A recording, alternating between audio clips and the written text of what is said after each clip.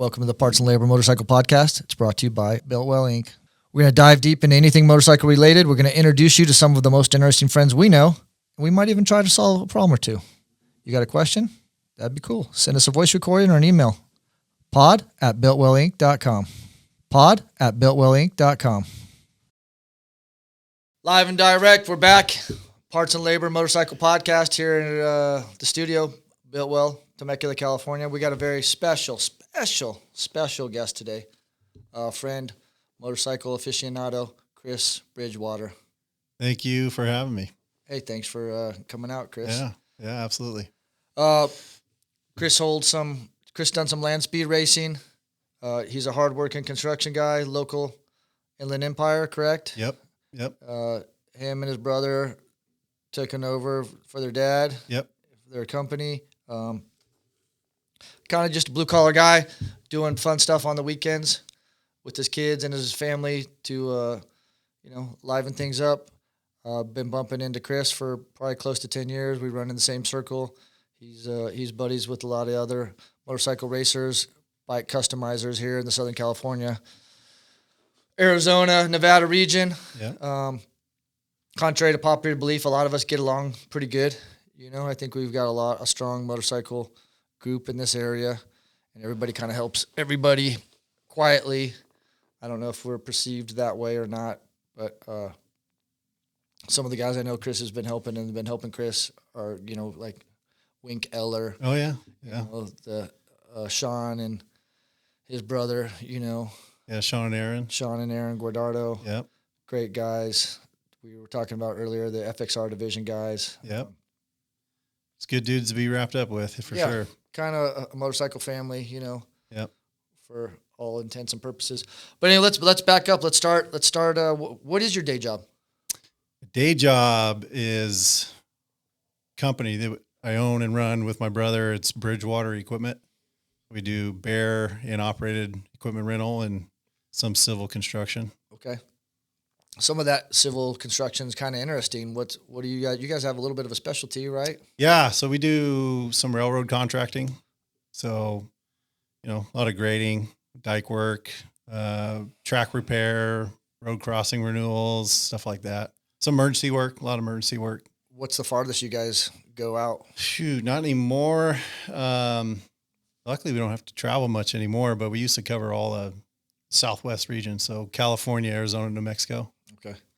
California has a lot of train tracks through it. We have a lot of train tracks. We got a lot. You might not realize it, but we got big ports here. Stuff comes in, goes out all over the nation, right? Yeah. So a lot of that stuff's always needing repair. Yep.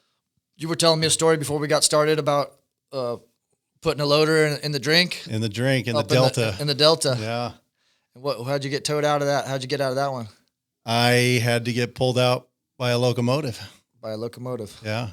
So you found yourself in an unorthodox position. Really narrow right-of-way road next to the tracks, and I was pulling rail going backwards and probably did 5 trips on the same right-of-way and backing up, looked over one shoulder, looked over the next, and road went away, and I was slowly going in the Delta. Yeah.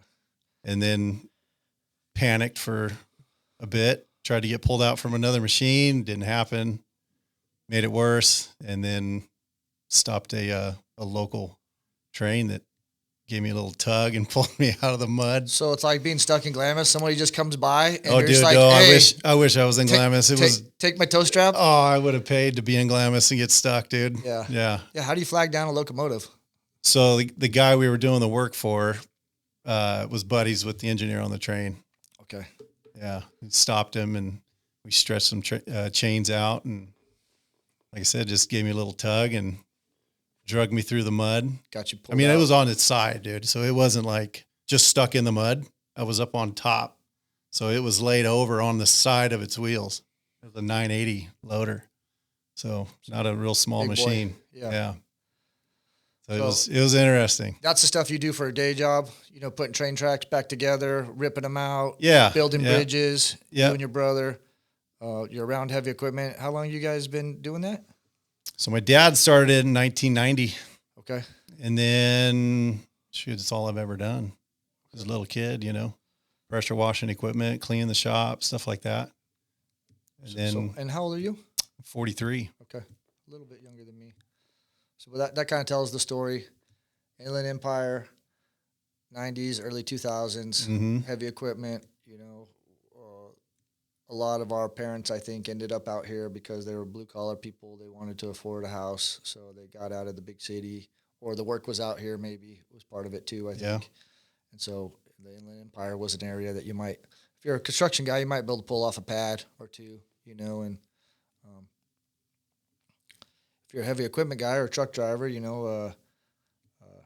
this is a good area too. You had room to store, your yard to be your house. Yeah. It's not LA, Orange County, where it's limited for sure. Yeah. You might be able to put some toys in that yard. Chris sent over a couple photos of toys his dad had when he was growing up and some of his toys, and that's why we're here. We're here to talk about motorcycles, not too much heavy equipment, but I'm trying to paint a picture. And the picture is when you grew up around that kind of machinery and you're doing things that you're talking about doing, heavy equipment, there's not really, you can go to Caterpillar and you can buy some parts, but a lot of parts are fabricated, right? And you're fabricating them on site. Yeah, some. Yeah. I mean, mostly just, cutting up buckets and stuff like that. But no, I mean, most of the fabrication side of things pretty much stem from when I first built that first land speed bike. Okay. I mean, just stuff here and there, working on anything internal combustion engine and hot rod, jet boats, Harleys, it all kind of falls in line with the same kind of people that run that kind of circle, right. With heavy equipment and everything else. Construction. Is Caterpillar stuff though, like Harley, where you buy it and it's supposed to fit and it sometimes fits? Oh yeah. Sometimes there's still some of that. Yeah, for sure. Even though now it's like, dude, we got a mechanic, and so you got to be able to run a laptop and plug into it. And I'm not real savvy with that. Right. So things have gotten just like a new Harley. Same thing. Yeah. But so being around heavy equipment, being around your dad had some toys, you said. Yeah. You showed me some pictures. He had boats and trucks and. Oh yeah, dude, jet boats and Harleys. Those are obviously early influences for you. Yeah. Yeah. The first one I remember that he had, it was milk crate, dude. It was a 62 pan shovel. It was Dave Corselli, old San Bernardino guy that had built the frame, and then my dad got it from him. Corselli put it back together, and then that was the first Harley I got to ride. So I was like 13 or 14. Yeah, he still has it. Generator shovel. Yeah, shovel. Your dad still has it? Still has that bike. Yeah. I told him he can't. That's one thing you can't sell. Yeah, that's cool. Yeah. So you're around this stuff, that gets you into bikes, that's which is really cool. But what BMX, dude? BMX got me into racing. I was gonna say, what got you into racing? BMX? Yeah, I started racing BMX when I was I think I was 12. What were your local tracks? So the local track was in Ontario. It was called V Wedge. Okay. Off of 4th Street in Ontario. Okay. That was the local track. And where was your guys' house? Where were you growing up? So grew up in San Bernardino, and then when I was young, like 7, 8, we moved to Devore. Okay. So had some property, enough property to build jumps, and that's what kind of got me into it. And then building jumps and stuff around the house, and realizing what BMX is, I wanted to do it. So your dad started taking you to the track? Yeah, my mom did. Yeah. Okay. Your brother too? No, he didn't. He never did race BMX, but always kind of like different, stuff like that. BMX or dirt bikes, riding dirt bikes, kind of the stick and ball sports. I wasn't into it as much, right. Right. Well, that's motorcycles kind of stay in that line. It's not really a team sport, initially, so to speak. A race team, that's a team sport, 100%. Yeah. We talk about that a lot on the podcast. That takes an army to. It does. Somebody making sandwiches, somebody driving the truck, someone fixing this, fixing that, someone smart enough to make hotel reservations at the hotel at the right date. I always mess that part up. Flynn's been on some of my trips where I've messed that up, but. Yeah, so you think BMX gave you that bug, the racing bug? Yeah, I think so. I mean, back then, it was just something a little different for me, besides just hanging out and building jumps in your backyard. So, and I did that for probably I don't know, 3 years, and just raced like novice, you know, did nothing crazy. Didn't go. You win local trophies, but that was exciting enough for me. And then I just kept on just dirt jumping and stuff like that.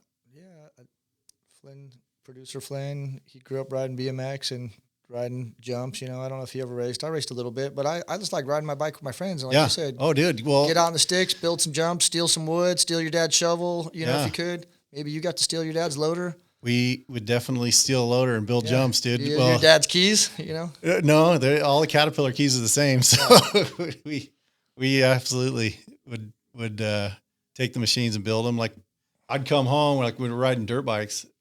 I'd come home, my brother would have the jumps built way bigger than they should have been. Yeah.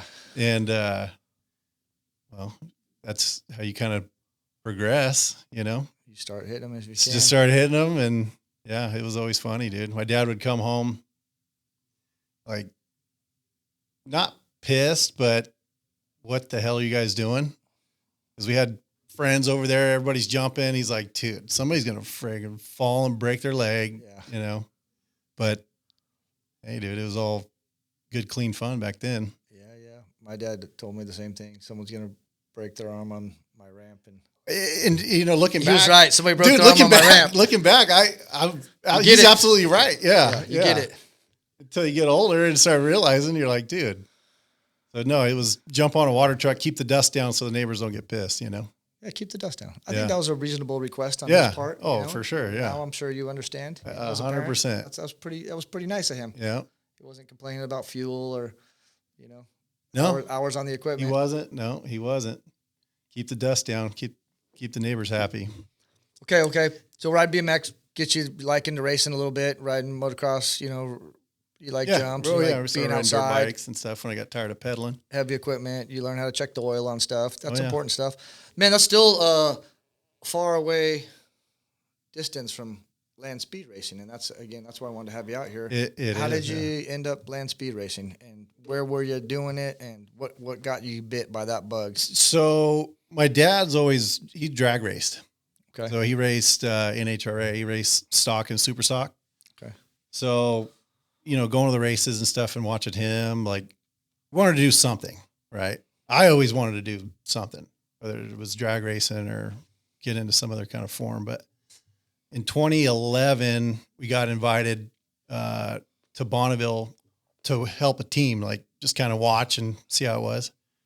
And there was a guy, Lynn Goodfellow was his name. This old dude that we did some grading at his yard and started talking about motorsports stuff. And he goes, well, I race at Bonneville. Dude, I've always wanted to go to Bonneville. Well, you need to come out and watch. So me and my dad made a trip out there in 2011 and just got an eyeful and started checking everything out. Got to watch him race a little bit, and then just look at everything out there. And I'm like, dude, I can build something. Like back in 2009, I bought a frame because I was just going to build like a little runaround town chopper, little Evo chopper from Anthony Chassis Design. Okay. Built the frame. Yeah. And so I had it. I started working on it, started putting it together. Fast forward to 2011 when we went to Bonneville, I'm like, I'm going to turn that thing into a freaking bike and go out and run. I mean, some of the stuff that I had seen out there, it wasn't so far off to think that I could turn that bike into something and go out there and do it. Definitely when you're watching it on TV or YouTube, it's pretty intimidating. And then you go out there and you see, like most things in life, it's step by step by step. I mean, that's how you get there. Yeah. You know, and it's definitely meticulous, and you got to be paying attention. Well, but it's just work like everything else, right? Yeah, One foot in front of the other. Yeah, and a little determination to do it, you know. And when you get out there, you see that it's not big semis with pro teams. It's dudes just like what you're talking about. You, your dad. It's guys that are, you know, they could be pushing a lawnmower all week, and then they've kind of built a little bike or a car. And they built a trailer, and they have an ice chest, and it's pretty simple. Dude, I mean, there's anything from the gnarliest $1 million race teams that are running 480 miles an hour to a dude on a little Honda 50 that's out there going 40 miles an hour. So it's a big spread, you know. I mean, there's a spot for everybody pretty much. It's one of the oldest, I think it is the oldest sanctioning body for racing in North America. And I think it was started like in 1948.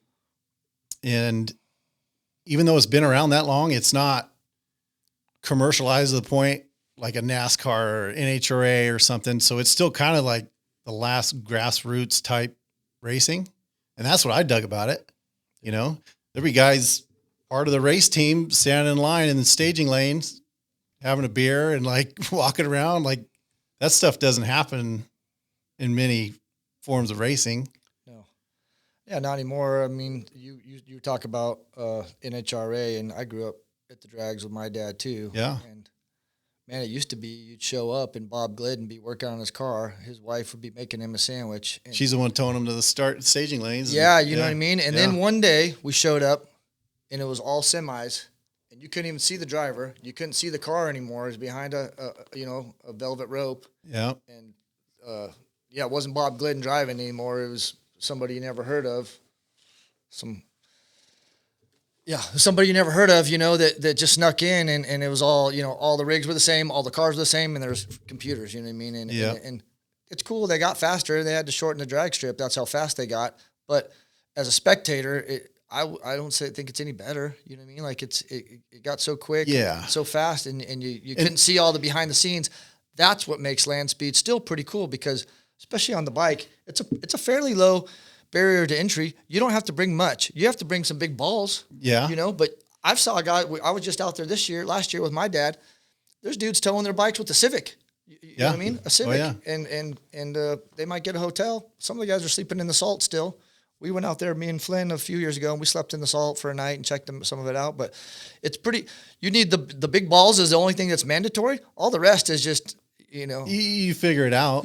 You know, and you can add it as you go or not. You know? And that's probably why it hasn't got as big or is big because spectator wise, it's not a real good spectator motorsport. No, it's like that. I mean, super far away. You're super far away. I think it's rad, but you know, things come by fast and I dig it, but it is spread out and it's, you know, it's spread out and the part, because it is spread out, it is hard to, you miss a lot of the action in the pits, you know, because they're all over, you know, and so that's the part that does make it really cool. But it's like, where do you want to be? You want to be over here? You want to be over here? You know, we were moving around. We brought our little motorhome last year, and you kind of have to be all over. And then, you know, you go to town for the night, and there's not really anything to do. There's no parties really. Yeah, no. I mean, there's like a little car show that's the Nugget. One night, yeah. At the Nugget, they do a car show, you know, during Speed Week when we go. But I mean, everybody that's there, they're there because they want to go out and see that type of racing. So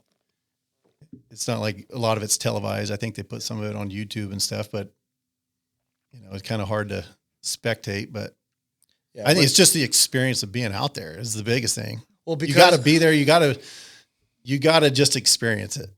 Because I think you're talking about there's no big money in it. Like you got to be doing it because you want to be there. Oh no, there's not zero money in it. Yeah, there's zero. Yeah, it's only negative. It's which is a lot of racing. You're going for a chance, especially that one. Yeah, you're going for a chance to put your name in a book, dude. That's you know, little book. So it's bragging rights more than anything. So back up, you decided you got this little chopper frame. Oh yeah, and you're going to build a land speed bike. Did that work out? It did. So that was in 2011.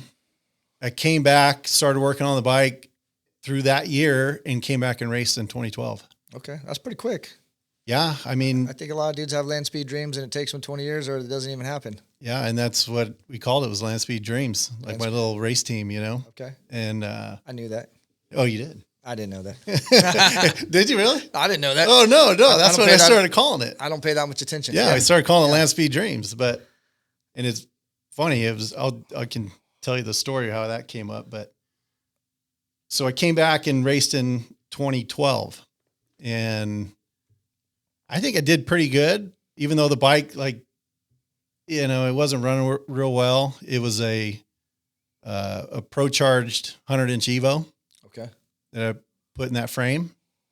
And I basically just read the rule book, read all the records, and then you can kind of see where something would fit in. Like, hey, I can build something with a blower on it and run that class and run it on race gas. And so I kind of picked and chose a class for a bike that I could build and put together that could be competitive in it. Right. And did you choose that class because it was, like you said, it was something you could build, you could kind of control all aspects of it? You would know what's going on with the bike? Yeah, because Harley guy, dude. I've loved Harleys, rode Harleys. So I wanted to stay in the pushrod class. I don't want to go in a metric class or something, dude. That's like, to me, that's like cheater bike, you know? Yeah. You can go buy a Hayabusa and go out there and Stop. freaking smoke it, you know? So, no, I wanted something that was still had that cool factor. Right. But, which it does. Yeah, dude, a little supercharged Harley's pretty cool. I agree. So how'd you do when you got out there? So when you go out there, you're limited to your licensing, right? So you go out there, your normal motorcycle license is only good to 150 miles an hour. So you have to run between 125 and 150. And then that's your D license. And then as you get faster, 150 to 175, that's your C license. 175 to 200, that's your B license. And then 200 and above is your A. So I had to go out and do all my licensing passes there, but it was a blow through carburetor, not fuel injected. And I was struggling with the tune on it. And I ended up going 141, I think, the first time I went out. So I fell right in that class for my licensing. Pretty close to where you wanted to be. Yeah. So it worked out good. And I actually qualified for a record out there. And I was pissed. I was like, that's too slow. I'm like, no, I don't even want to go for another record. I don't want to back that record up because I was kind of bummed on it. Well, that was dumb. I would have never, I would kick myself if I knew what I know now. Yeah. So anyways, I went out there and then just progressively got worse, trying to make it better. And I think it was by the end, I was running like 120 and was just defeated. But not defeated. I was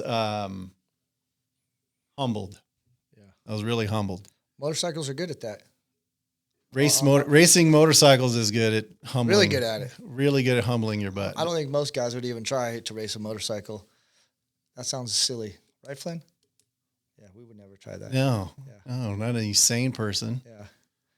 But so, yeah, I did that my first year, and then you went home when you had some resolve. What was your new goal for the next year then?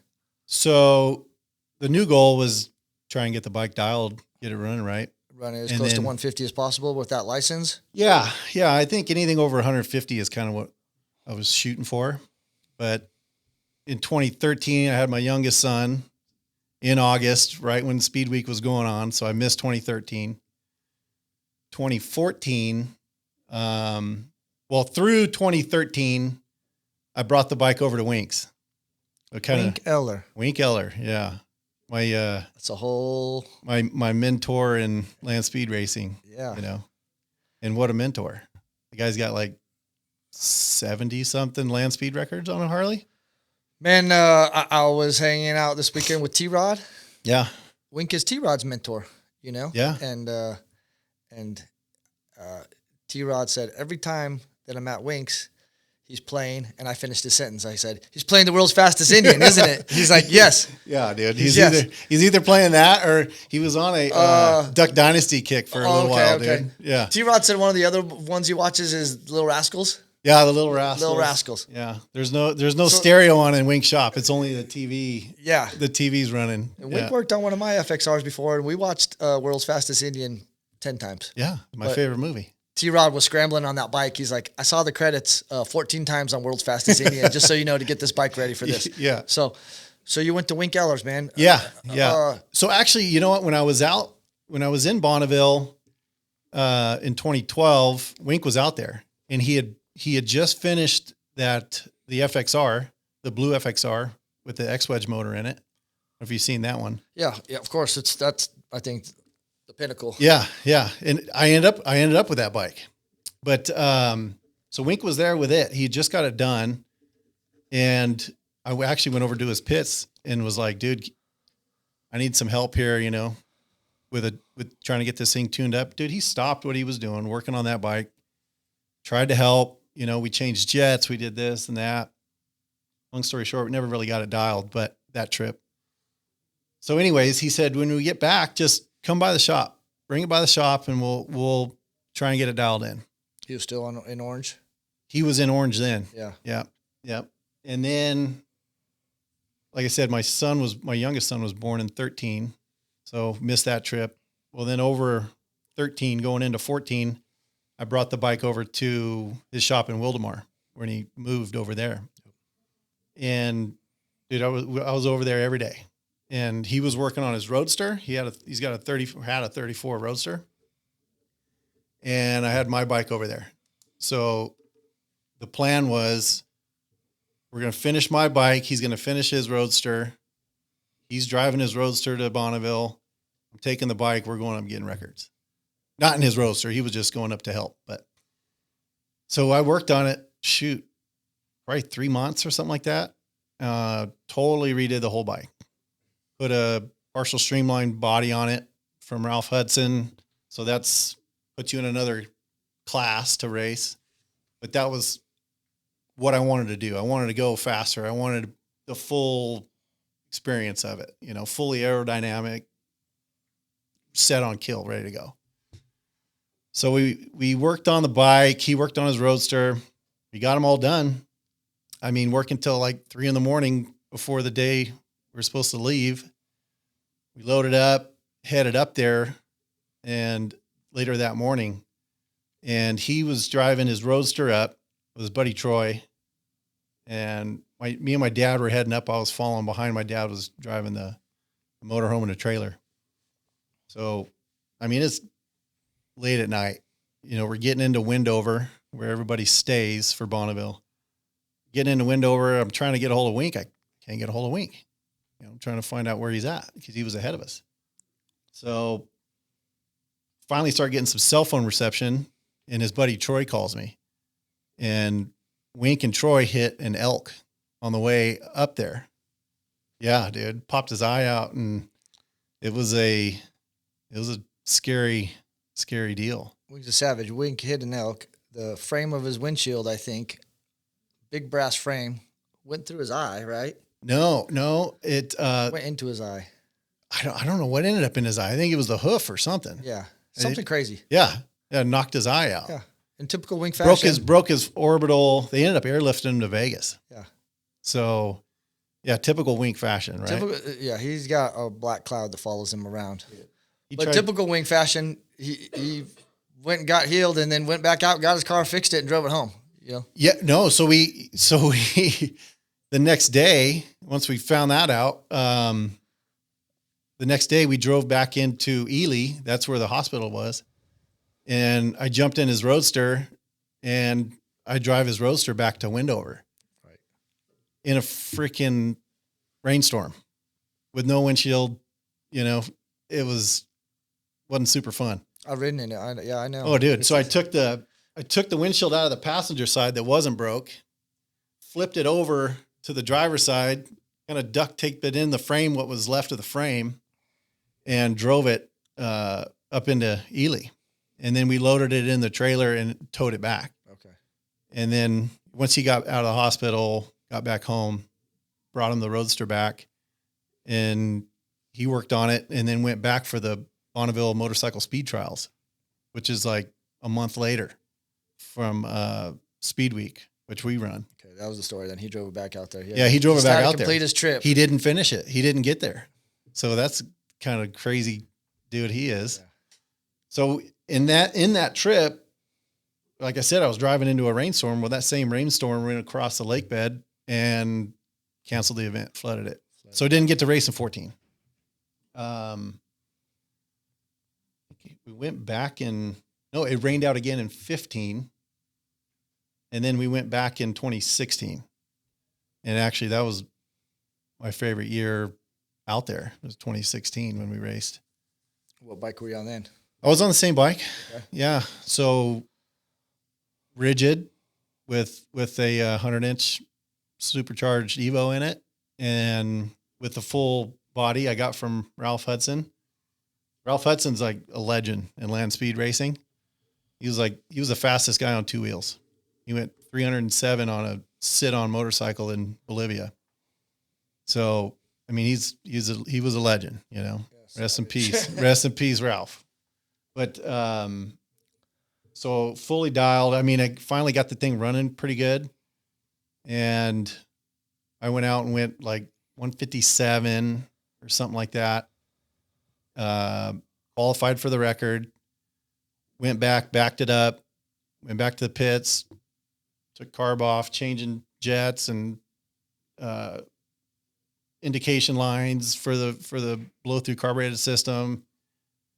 I bumped that record 3 times while we were there during that week, and ended up going to, I think it went 183 on that bike at Bonneville that year. And then that blue FXR that Wink was working on in 2012, ended up buying that from Wink because he was going to retire from racing. So bought that bike from him, and we brought it out there, and my dad got a record. First time out at Bonneville on a bike, got a record out there. How fast? He only went like, same thing. We were fighting a tune on that bike, but he went like 153 or something. That was the X-Wedge motor? X-Wedge motor, turboed X-Wedge. Pretty cool. Yeah. Yeah. He joked about it. Like, I don't see why you says this is so hard. First time out, he got a record. I'm like, dude, of course he did. But how old was your dad when that happened? He was 61 then, I think. Okay. Yeah. Well, yeah, let's see. Yeah. Yeah, he was 61. Pretty cool. Yeah, it was awesome. So you guys still, is that the bike you're playing with now? What's the status on the race team? Yeah, so that's the bike. That's the bike that I race. I raced currently. I haven't raced in 4 years. Right. Been busy raising kids and running a business and kids and business, and you know, my wife wasn't. She's a freaking sweetheart. Yeah. She's a saint to put up with me and shenanigans, but she's like, you know what? It's starting to make me nervous, and I don't know. It's not fun.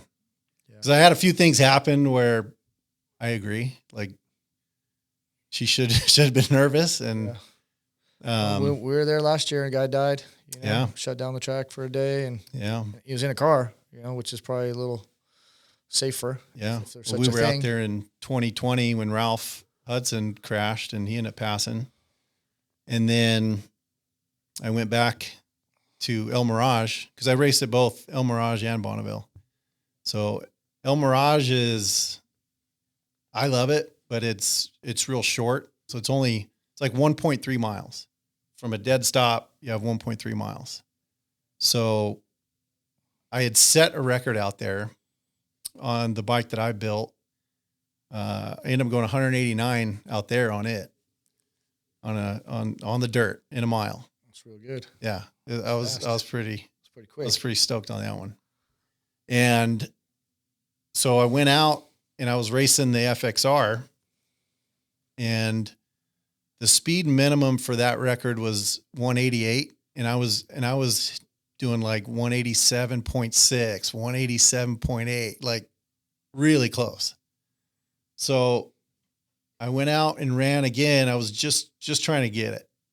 I needed to change a gear, try and get there, but I make a pass. I just shift to 5th gear, and I start tucking in. You start trying to make my big ass small, dude, like tucking elbows in. And I look up, and there's a truck cutting across the race course, and just some dude in a pickup with a dirt bike on the back.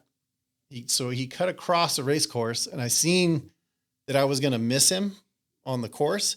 And then he turned outside the cones of the actual course, and I passed him probably 20 feet from him, and I passed him, right? Well, all my wife sees at the starting line is more dust than normal, and all the officials hauling ass towards the end of the track. So that shook her up. And so I can't blame her, you know? Yeah.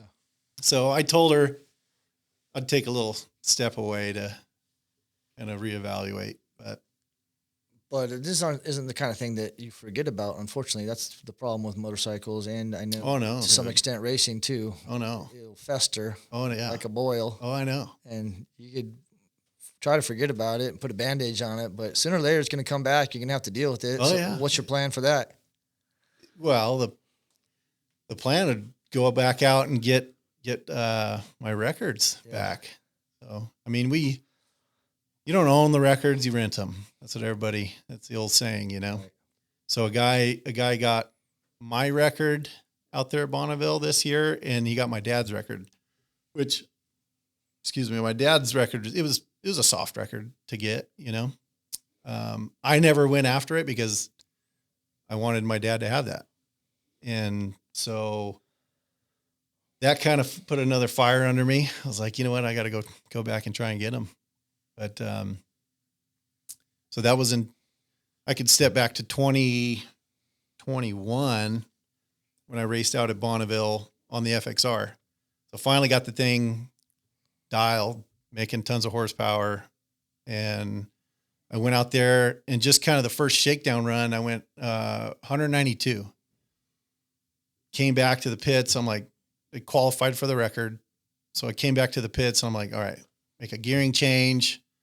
We made a change on the primary, and I think I bumped up the boost too. I was only running 8 pounds of boost. So I'm thinking I'm gonna go out there and just smack it, you know. I wanted to go over 200 on a naked bike with no aerodynamics. That was the goal. Get that red hat. So yeah, that's another sore subject to me, but the 200 mile an hour club is, they put speed minimums on what qualifies to get a red hat. And in my class, the minimum is 231 or something like that. Oh, that's a lot past 200. I know. That's what I said. But yeah, you got to run at least 231 in order to get a red hat. That's not happening on a naked bike. It can. It's just, it takes a lot of, it'd be really tough, dude. It'd be really tough. Yeah. So I went back to back that record up and shifted into fifth, and it didn't go into fifth. Stayed in fourth. I'm like, damn it. So I just held it in fourth gear. I went 183 in fourth gear. Still got the record, but it was soft. A lot more on it in there. Yeah. So that was the last race at Bonneville for me, but yeah, that's racing. You can have a bike be perfectly dialed, and you go out to Bonneville and there's a little bit of juju out there. You'll get humbled. Yeah, you'll get humbled. I was out there, I think it was in 2016 when we were there. The whole team Kawasaki was out there from Japan. They had like this MotoGP rider on that, like the H2R or whatever, the supercharged Ninja, whatever they were coming out with. Okay. And they were just in front of me in line. And same thing, dude. You're talking to people, and they're thinking they're going to go out there and go like 230, 240. And when I was there, I think the dude only did like 160 something, 170 on one of the pass that he did. And it was kind of rad because all these guys from Japan, they were like Harley guys. They liked Harleys too. So they were over checking my bike out, and they were asking how fast I was going. And I told them, I went 182 or 183. And they were just like, oh my gosh, what the heck? So it's kind of cool to see the difference in it and know that, you know, everybody goes out there and gets humbled. It doesn't matter if you're a big factory team or just a knucklehead building a bike out of your garage, you know? Yeah, it's got to make you feel a little bit better. Oh, it made me feel great. Yeah. Yeah, dude. They got infinite budget. Yeah, it made me feel great. Time. Yeah. And a chef. And a chef. You got a chef. Mom makes sandwiches. Oh, yeah, dude. Yeah.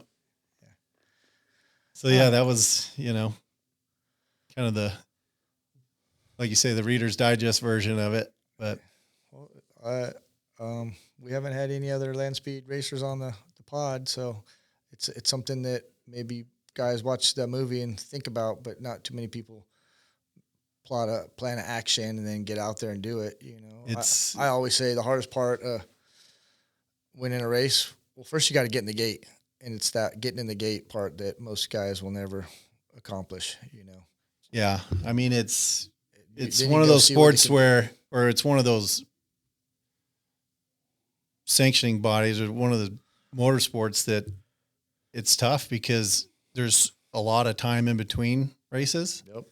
So And it's not like you can go practice at the you basketball court. you can't go straight down the practice. street. No. Yeah. And You might go to El Mirage, like you said, and get a couple laps in here and there, but it's still hard, weather dependent, time dependent, you know. it's the biggest thing is weather dependent. Yeah. You know, the wind picks up or they get any rain, you're dry lake racing.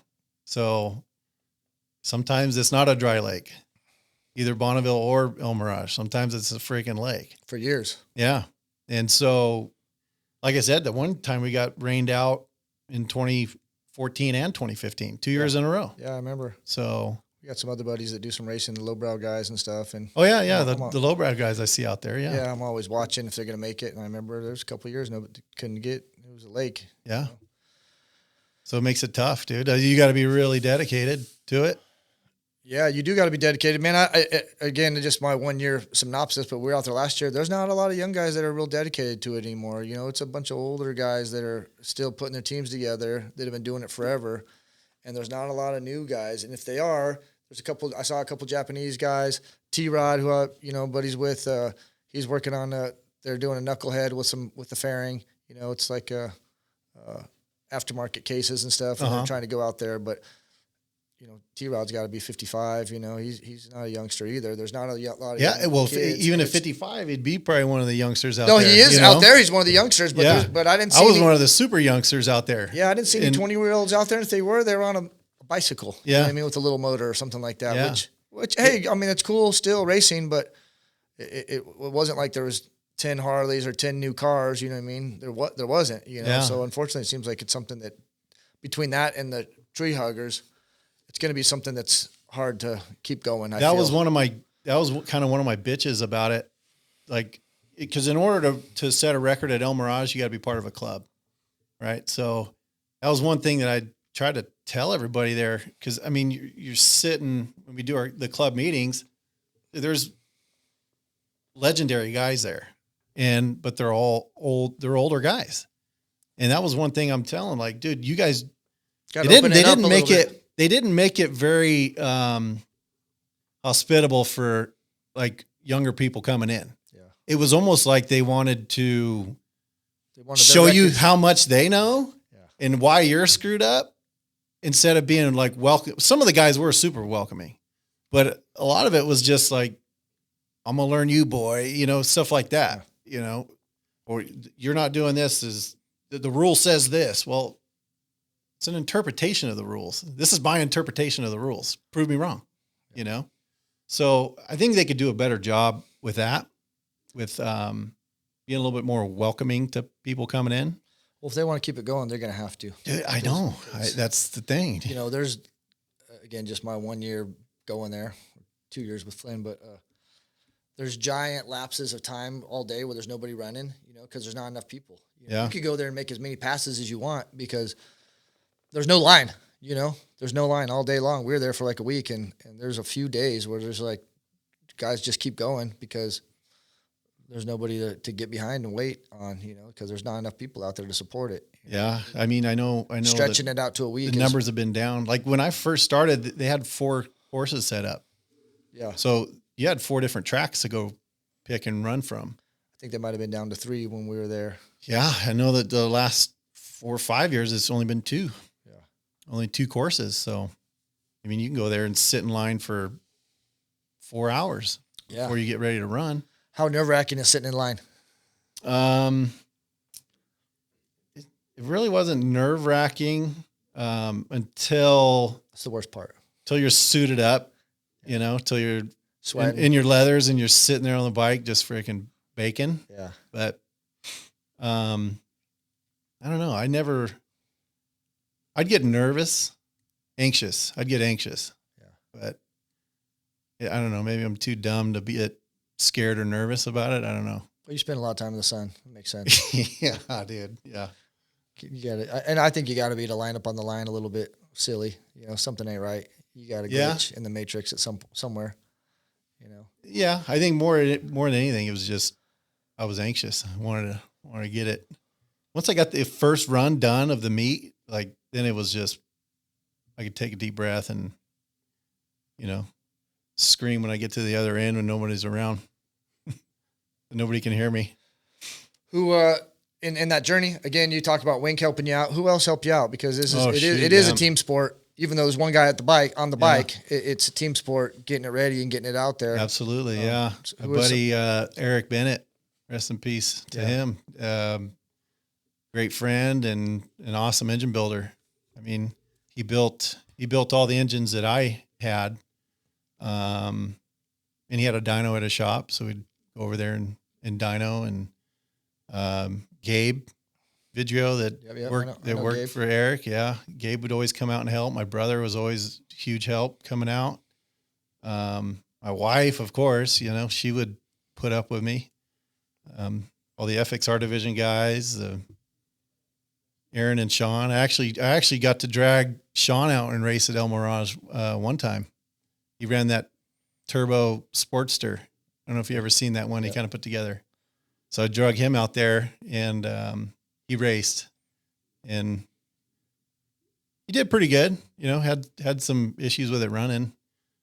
Had Bronny from Speed Merchant had to shove him off the line to bump start it to get him going off the starting line. So it was cool. Bronny same. Bronny never asked any questions. Just hey, whatever I can help out with, dude. That was big. Right. Yeah, those are some legends in our little scene. Helping you out. Yeah. That's pretty cool.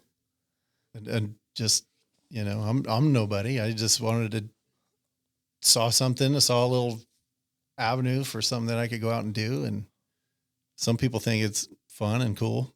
So out of all those moments and your records, what's the proudest one that you fought the hardest for and that you're pretty stoked on? Or has that happened yet? You still out there? You think? Yeah, no. Like I said, 2016, that was huge. That was my favorite year because I got a record. My dad got a record out there, so that was like very special. Pretty cool to go out there together and do that. Yeah, so that was insanely special to me. But I want to go 200 on a naked bike on a Harley. And I haven't got to do that. I got real close, but I haven't got quite there. I can. I know the way it's set up right now. I know it's got it. I know I got it. You just got to turn the throttle till it stops and then push the button 4 times. Right. That's all you got to do. It's not that big of a deal. Yeah, but first you got to get out there.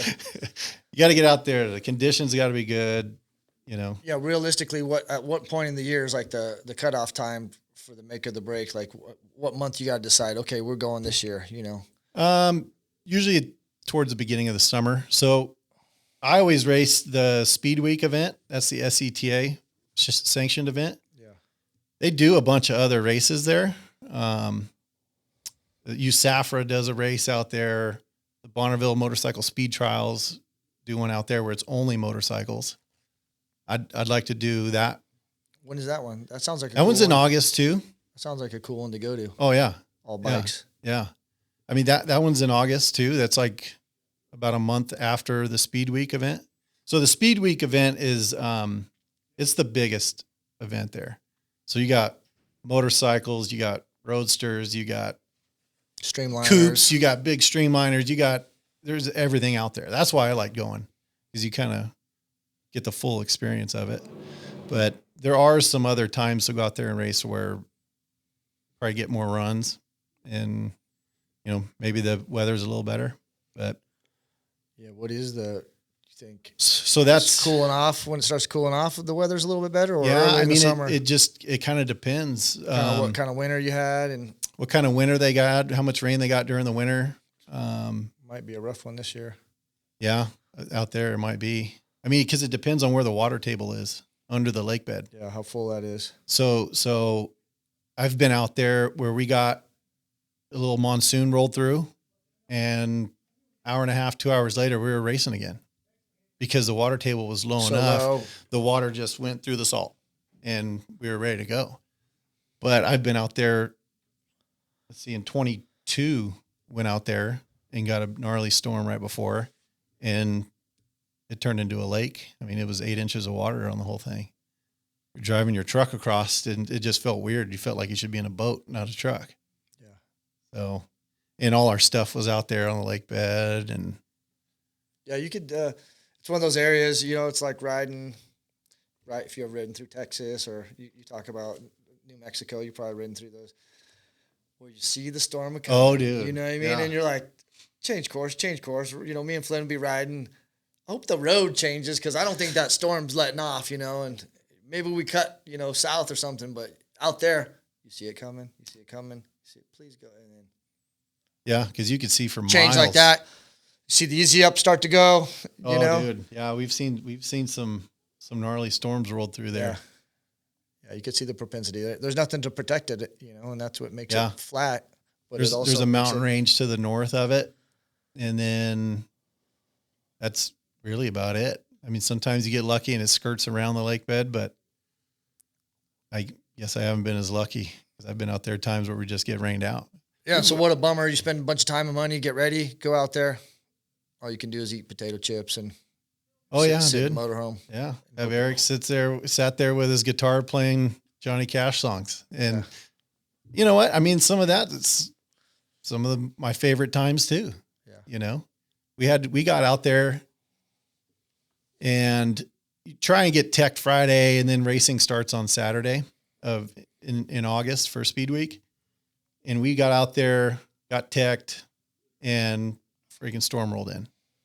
Well, we ended up sitting around until Tuesday before we got to run. So we had a lot of time in the pits, just, you know, checking bolts again and again and sitting around. So there's nothing else to do, man. There's not a restaurant. There's not a mini golf. There ain't nothing to do out there. You know, unless you brought it with you, you know. We did. I mean, we did. Like our buddy Jake, he's a world-class chef. And so he'd always come out, dude, and just spoil us in the pits, dude, making us lunch and dinner out there. But got lots of time to cook. Lots of time to cook, dude. So any of your kids get the bug? For sure. The motorcycle bug. Yeah. They're both bit pretty hard by that. Okay. You know, just play riding though. I haven't raced or anything. Just play riding around. But maybe they'll be out on that speed bike one day, huh? You know, yeah, maybe. Yeah. I don't know if their mom has something to say about it. I don't know if they will. Ask for forgiveness later, maybe. You know, and it's cool. Like let's see, 24, I went out there. So the bike that I built, I sold to my buddy Johnny. You know Johnny Surprise? We know Johnny Surprise. Yeah. Johnny Surprise, one of my good friends. Yeah. So I sold my race bike to Johnny. Yeah, he's a good dude. And so Johnny, he's been out and raced it, I don't know, probably half a dozen times now he's raced it. But we went out in 24, and he got the bike dialed, fuel injected, all set up where he's comfortable on it, and took the body off of it. And I went out there just as crew chief. And dude, I had almost as much fun being crew chief and pumping Johnny up to get him to go out there and get a record than I did riding myself. So I would love to, you know, get somebody that wants to try it out. I'll put somebody on my bike. I'll play crew chief. I'm still out there, still doing it, you know? Right. So get a little proud dad moment or uncle. Yeah. Getting out there, getting Johnny. Yeah. Oh, dude, it was great. Johnny takes motorcycles seriously. You know, as much as he likes to mess around, he takes motorcycles seriously. Yeah. He's always got something cooking. Yeah. That you don't know about, you know. And now, especially, he's retired. Oh, so. Yeah. He's retired now. Yeah. So I think that first race was the first one after he retired. So it was great, man. we spent a lot of time in a pickup truck driving to and from Bonneville. So Well, he's one of the younger OGs, but he's definitely an OG. Oh, yeah. And he's been about this stuff forever. You flip through some of his pictures, and it's him in a square body with some billet aluminum wheels. You know what I mean? Like he's not Johnny come lately. You know, Oh, no, his dude. name is not Johnny A man Surprise. It's after my Johnny own heart, Cocaine. dude. Yeah. It's Johnny Cocaine. He's got many monikers. Many monikers, dude. Yeah. Yeah. But he's about it, you know. So that's cool to pass that bike off to him too. Yeah. No, it was rad because I bet he'll be back out there. I know he's busy taking care of his mom right now, but I know he'll be back out there. He will be. Yeah. I'll make sure of it. Seems like he's training for it, you know. Yeah. Oh yeah. Doing his 41-30 Thursdays or whatever he's on his bike. On his bicycle and running in the morning with the weight on, you know. So the weight of. I mean, that's what I'd like to do. I'd like to get more people out there to it. Well, it takes a team, as you mentioned several times. You know, it takes a bunch of guys. You know, everyone's got to have one common goal. Everyone's got a bunch of different jobs. You know, but not one guy can do everything himself. No, definitely not. It's impossible. No, but even if I can help somebody out that's thought about going out there, I'd be way into that. Right. You know, my buddy Brian from Clem Speed Shop out in Michigan, dude. He built a bike. Yeah, I'd love to when he's ready to. He's ready to bring it out, I'm there. I'd come out and help out. I think a bunch of us would if we kind of made a plan and we knew we were going to try to go. You know, that'd be a good thing to do. Try to get a bunch of guys out there and for support sure. one or two bikes, and it'd be a fun one. Yeah. You could come race the 100 with your brother this year? Your brother's holding down that big 650L class. Yeah, I know. If I could do it in my truck with a roll cage, dude, I'm in. No, come on. Your brother does it, man. I love seeing him out there. Yeah, he can't walk for a week after. Yeah, it's hard. It's not easy. No, it doesn't matter what bike you're on, you know? Well, that too, but if you're not out riding on the weekends and kind of prepping yourself for it and you go out there and just knock 100 miles out. Yeah. I mean, I'm not in good enough shape to do it. Yeah, I think it was a couple of years ago. He came across the finish line. He was smoked, you know. And that was a nice brand new bike when it started. Yeah. When it was done. I think he got that bike from Mike. It was just like trashed, you know. I think he got it from Mike Davis. Oh, Mike Davis? Okay. Yeah, I think that's where he bought it from. Yeah, so Mike only has nice bikes. Yeah. So. But he always has fun. It's always cool to see him line up and get after it and finish. He's like you, man. He's a determined dude. Yeah, he's like King Kong on a friggin' bear on a bicycle. There's a lot of opportunities to quit in that race. You know, every time you come through the pitch, you could quit, or when something bad happens to you. But desert racing, if you quit, you're not going to finish. And if you don't finish, you definitely ain't going to place. You know, and he's a strong, determined dude out there, and it always makes me smile to have him show up and come out. I got a 450. My father-in-law, when he passed, he left me his 450, and so probably should drag that thing out of the garage and go do it for fun. A lot like Bonneville, man. The racing's kind of the smallest part. You know, that part's over really quick. It's bringing your kids out, bringing the dog, the side-by-side, hanging out, cooking, working on bikes, you know, fixing flat tires, you know, somebody driving back home to get something that you forgot, you know, because you don't do it often enough. So it's a community little deal. You know, the Bill 100, it's a fun one. You know, you're out running your Memorial next weekend, right? So you've done some stuff out in the desert, you know, it takes some planning, as you and I have been discussing lately. Yeah. A lot of planning. We love it, man. We go out to the desert as much as we can. Yeah. You know, my kids love it. And we do that poker run every year, getting ready for it next weekend. Yeah. Tell us about the poker run. So the poker run is a memorial poker run for my father-in-law. He passed away of cancer. So we set that up. I think this is the 7th year. So originally we went out to the Husky Monument up there in the Mojave Desert. And I don't know if you've ever been up there and checked it out. Yeah, I've been. So we put a memorial out there for him. I built this, took the front end off an old CR125 and had my buddy laser cut a plaque and we buried it out there. And so we said, we need to do something. So close family friend of ours, Evan, and my wife, Shannon, and me, we put this poker run together every year. So I think we're like, one year we had like almost 300 people, but I think after that we kind of started toning it down. So we're right around 200 people usually we do it. That's still a lot of vehicles out in the desert that you're semi-responsible for. Yeah. Getting them in, getting them out. Yeah. I mean, I can't take all the credit for it. My buddy Evan and my wife, it's a group effort, you know, but it's super fun. It's a reason to get out in the desert, And have a good party, memorialize. and for a good dude, Yeah, you know. for a good dude. He raced out in the desert. I mean, he grew up on a dirt bike. I mean, when we found out he had cancer, he went and did the Malcolm Smith run. He did 1,400 miles, dude, from Ensenada down to Cabo. Right. We flew into Cabo and got to watch him ride into Cabo. That's awesome. So, of course, we had to do something centered around going and screwing around in the desert for him. Yeah, that's a cool way to do it. Yeah. That's a cool way to do it. Well, I think that's going to be it for us. We look forward to seeing you back out on the Salt. We hope you can put together a team. You know, if our company's been supporting grassroots guys, we've helped Johnny actually. Yeah. Through the years, and so if you guys get back out there, maybe we can help out with some sort of logistics support, or come make sandwiches, or High fives at the end of the track. Yeah, high fives at the end of the Yeah. track. You know, give us a reason to get out of the office.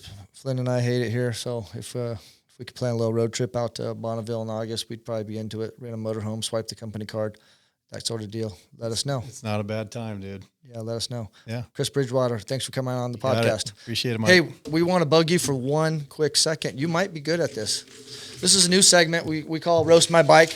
People submit their motorcycle for us to roast. I'm going to give you a copy Okay. of this. Let's see. This one's kind of low-hanging fruit. So this is Kyle Cannon. It's his Kawasaki Vulcan. Kyle, thanks for sending this in. It takes a real man to send us a silly bike and let us roast it. Wait, is this the same one? I think so. Is this the same one you got? Yeah. Oh, yeah. Yeah. It's a special motorcycle, Kyle. You couldn't afford a Sportster? Because that's what that thing is. It's about the same price, Kyle. Yeah. I don't know if that's a fairing or a trash can lid you got on the front, but it's terrible, Kyle.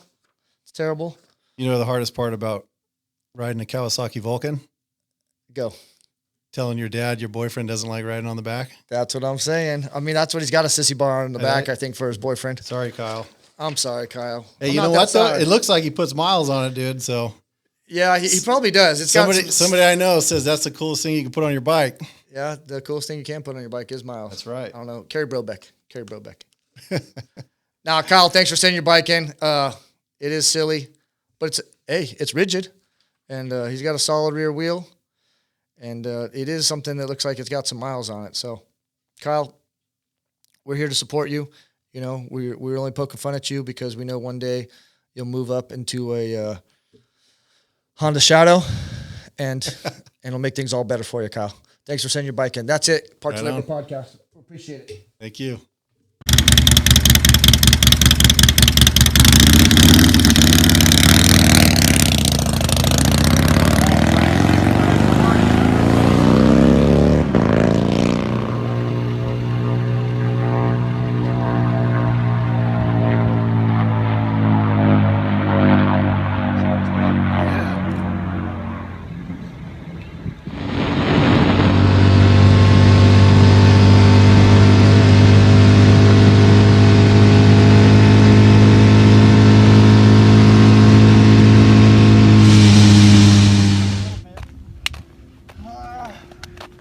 Yeah. Good job, doggy dog. Good job. Flying. 189. Ripping, dipping. Thank you very much for listening to another episode of the Parts and Labor Podcast brought to you by Biltwell. You got any feedback? You got any questions? Send us a voice recording or an email at pod@biltwellinc.com. That's pod@biltwellinc.com.